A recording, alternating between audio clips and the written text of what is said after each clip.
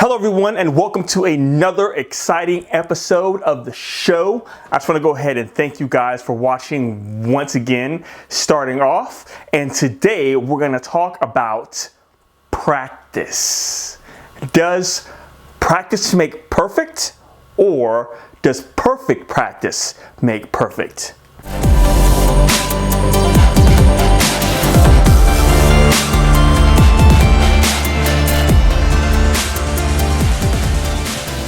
Now, there's definitely a distinction between the two, between actually practicing and actually, working on your craft and being in the office and executing. Now, when you're in the office and you're executing in your work, practicing in anything, no matter whether you are an athlete, whether you are a designer or a doctor or a teacher, practicing is huge, especially in our field. Practicing is going to be one of the most important things that you do aside from the actual work itself. Because when you're in the office, that's not practice, that's game time. You're actually in it. You're actually executing at that point. But when you're outside of the office, when you're at home, taking time to practice as often as you can, whether it be every day or once a week or just a couple even if it's just for a couple of hours, you still want to go ahead and make sure that you get that practice in and make sure that your skills stay sharp. So when it's time to execute and it's time for you to actually apply what it is that you spent hours drilling in on the basics as a designer, as a creative, then that's when it's game time.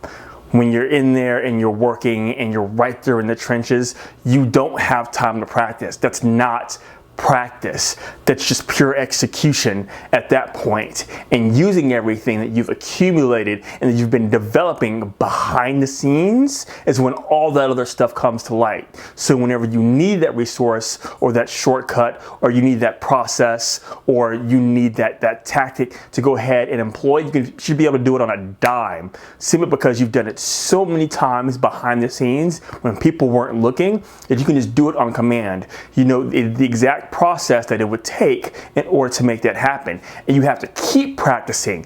Now granted, yeah, you can go ahead and you can have a few skills or a few tactics, within your arsenal that you can go ahead and apply. But as things began to change and as circumstances began to come up that you necessarily aren't prepared for, you need enough tools and resources to draw upon and for you to quickly just react and not necessarily have to spend the time thinking about what you're going to do, or is it not going to work out, or what if it does work out and I can't handle it. You won't have time to think about that. You won't even have to worry about thinking about that if you know that you spent enough time practicing behind the scenes. This is why it's really, really important, even after you graduate school, even after you graduate or you get that job. When you get that job, it's not like, oh, finally I can relax. It's like, no, now you have to work even harder.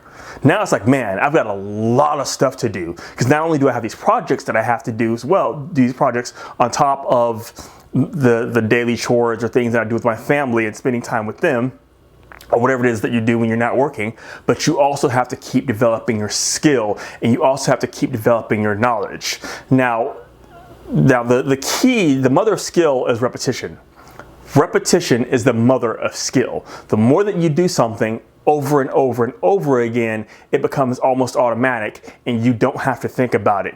And you really want to get to the point where you can just look at something and know exactly what to do. Your brain will almost tell you and instruct your body on what to do. The body will begin to listen to the brain simply because you've done it behind the scenes. You've, in a sense, simulating and emulating different types of circumstances. You can do it through reading and writing down the principles and going over that process of these principles that you've learned over and over and over again, or it might be a certain skill set within InDesign and using those practices and doing it over and over and over again.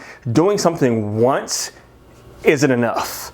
You have to do it repeatedly over a sustained period of time until it becomes reflective. Reflective. Yeah, your reflexes basically begin to kick in to the point where you can just like execute on command. You don't have to think about it. So I really just wanted to touch up on practice. When you're practicing, there's something called a sweet spot, called deep practice. It's a good amount of stress that you're actually using when you're practicing.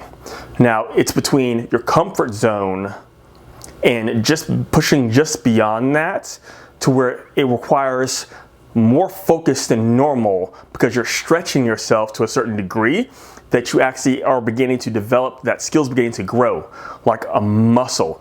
And the only way that you can get to that point is to get just outside of your comfort zone. You don't have to do something totally new in order to grow your skill set just a little bit, or in order to stretch that muscle just a little bit. You just have to just make incremental progress.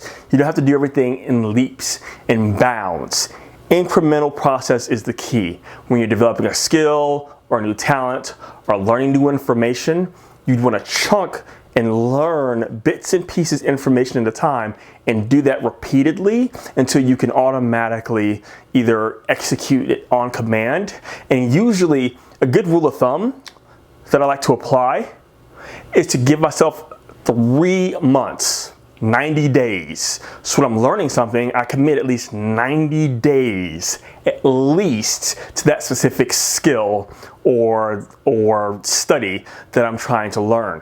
Even if it's something I have learned before, but I want to freshen up or I wanted to get sharper at it, I would devote 90 days toward actually learning that specific task.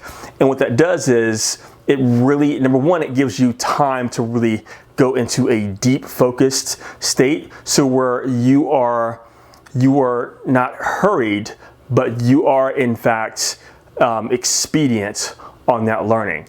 And by giving yourself that amount of time, it also gives you room for buffer just in case, things come up. But you have to be committed. You have to be committed and you have to be disciplined in order to make sure that what it is that you're learning and what it is that you're studying really comes into fruition. Another trick that you could try is what I personally like to do is I actually don't have it.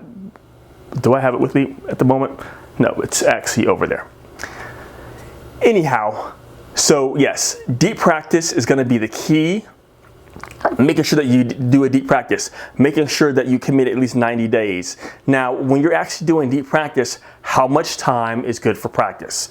Well, the top athletes in the world, as I've discussed in other videos, usually practice for about 3 hours a day, every day. Now, this is like the best of the best, the elite. Your cleaners are going to be at that point where they're actually practicing, for 3 hours a day, every day. Do you have to do that? No, you don't have to do that. Is it good? Sometimes you can just practice for 60 minutes or half an hour and take breaks and still make progress. The thing is that the amount of time that you spend practicing really doesn't matter. What matters is that level of deep practice that you get in where you sit down and you stretch just beyond your comfort zone. Now, there is a bell curve that would happen. Someone who typically would practice, let's say that we have 2 individuals. The first individual will practice for 3 hours, 3 times a week, right? So for 3 days, he's practiced for 3 hours. But he would do that, he would be on a 6-month track plan to before he ends up stopping. So he would do that for 6 months and then he'd be done altogether, right? The second individual would actually practice for an hour, 5 days a week, but his track plan was for 2 years. Who do you think's gonna get further? I mean, it's really a no-brainer. The second individual, because of the bell curve, even though he's practicing fewer times per day, or fewer hours per day, even if you practiced fewer days in the week than the first individual, as long as he's playing the long game and he's stretching it out and making sure that he's really committed to the long haul, at the end of those 3 years, those 5 years, yeah, they'll be at 2 completely different levels. And what I want to encourage you to do is to play the long game. Find something, commit to it, and execute on it, and stick to it until you actually achieve your goal. Will things happen along the way? Sure, things are gonna happen. But as long as you're willing to adjust, but keep your eye on that outcome and that goal that you wanna reach, then no matter what happens, you will find a way. Even if there's a detour that's involved, you will find a way to go ahead and navigate and manage through that. Okay, so it looks like we're back. We had actually had our battery die there for a second, but we're actually back on track. All right, so you're headed to California. Even though all these things are happening and all these things are going on around you, you're still going to end up finishing out the trip. You're still going to make it to your destination. That's why it's so important to fully focus on the outcome of what you want and be willing to go through whatever it takes in order to get there. But other than that, that's it for today's show. Thank you guys for tuning in. Don't forget to subscribe, like, and follow, and I look forward to seeing you guys again soon, and I hope you have a wonderful day. Hope you have a wonderful day. Like all of y'all. Like, everybody. That's right, everybody or everybody? Everybody. Hope everybody has a wonderful day.